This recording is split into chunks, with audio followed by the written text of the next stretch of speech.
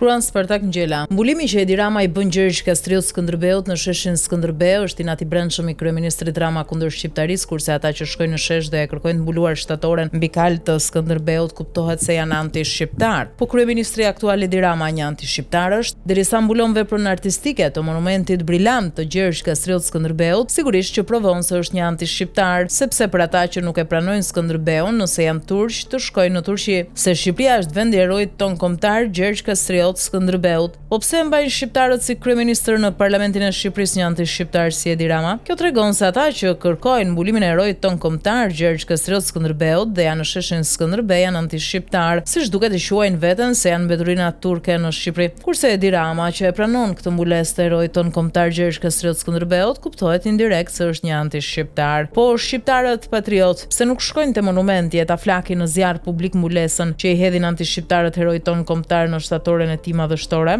Dhe historia e Shqipërisë është e saktë kur shprehet se pavarësia e Shqipërisë në vitin 1912 është akti i madh i Gjergj Kastriotit që u ndërmor në Shqipëri pas 500 vitesh historie turke. Zoti Edi Rama hiq dorë nga veprimtaria antikastriotiane.